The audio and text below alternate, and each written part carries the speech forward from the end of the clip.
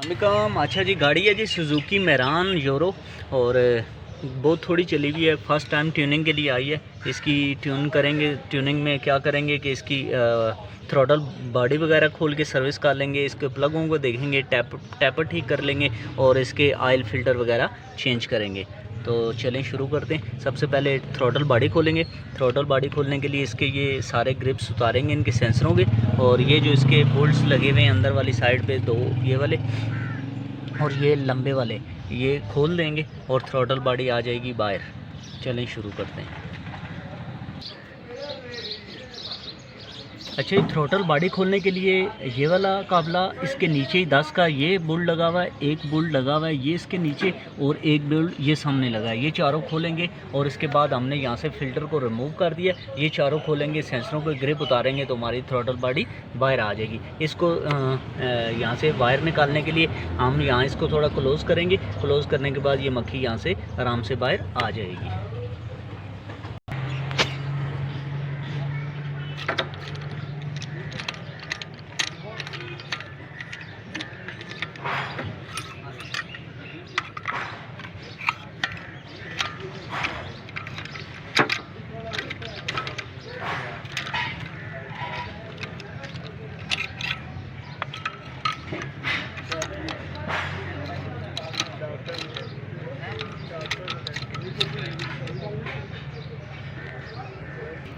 तो जी दोस्तों, throttle body खुल चुकी है। देख रहे हैं अंदर कचरे से भरी हुई है और कार्बन ही कार्बन हर तरफ, और सर्विस होने वाली थी। और उसके बाद प्लगों की हालत भी आप देखें कि काफ़ी इनमें कार्बन जमा हुआ है। इसको भी सर्विस करेंगे। और इसके बाद डिस्ट्रीब्यूटर कप के अंदर भी देख रहे हैं आपके यहाँ भी कचरा जिन जिन जिन जिन पॉइंट्स से करंट ने पास होना होता है वहाँ भी इसी तरह कार्बन जमा हुआ है। इसको भी साफ़ करेंगे, प्लगों को भी साफ़ करेंगे। फ़िलहाल इनकी कंडीशन ठीक है और उसके बाद इसको करेंगे सर्विस और इंशाल्लाह उसके बाद जोड़ देंगे। अच्छा जी, इसको सर्विस करने के लिए ये हम ले आए कार्ब क्लीनर।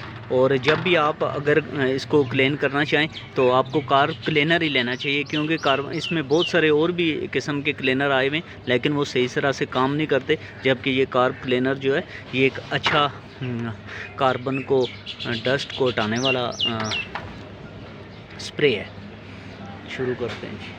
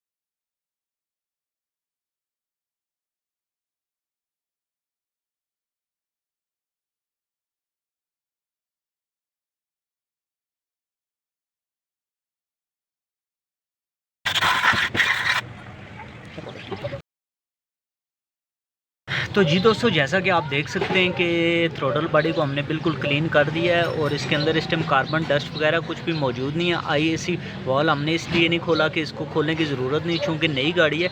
और देखा है मैंने, पानी भी इसमें से साफ़ सुथरा निकल रहा था, तो बाकी चीज़ों को खोलने की ज़रूरत महसूस नहीं हुई।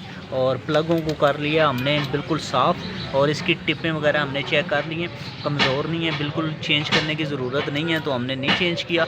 और इसको अंदर से इनके चारों पॉइंट्स जो थे ये साफ़ कर दिए हैं। अब इसको वापस जोड़ते हैं।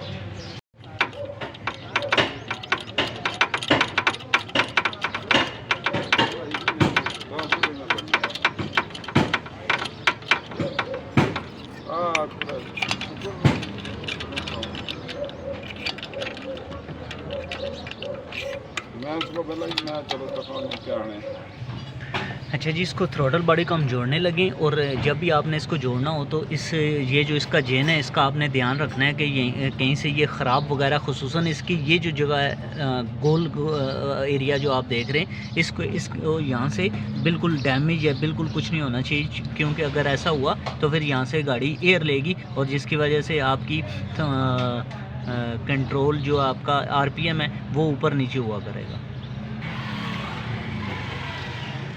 इसको इसी तरह से आप जोड़ेंगे। सबसे पहले इसकी जो पाइप, पानी वाली लाइनें, इनको जोड़ लेंगे। जोड़ने के बाद इसको सामने रख के तो जो काबले हमने यहाँ से खोले थे उनको वापस उसी तरह से जोड़ देंगे।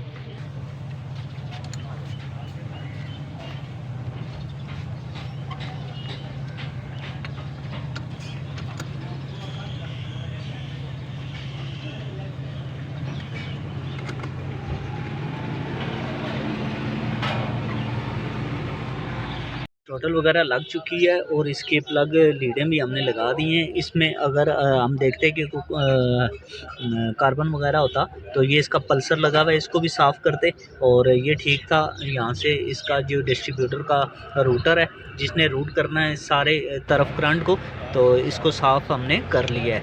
और उसके बाद जी आपका ये जो डिस्ट्रीब्यूटर है इसके भी पॉइंट्स को साफ़ कर दिया है। इसको भी वापस लगा देते हैं जिस तरह से खोला था। तो जी दोस्तों, जैसा कि आप देख सकते हैं गाड़ी स्टार्ट हो चुकी है। गाड़ी इस टाइम बिल्कुल स्मूथ है और RPM तकरीबन इसका 850 के करीब इस टाइम मौजूद है। और इसके तमाम फ़िल्टर जो चीज़ें हमने खोली थी उनको अच्छी तरह से हमने लगा दिया है।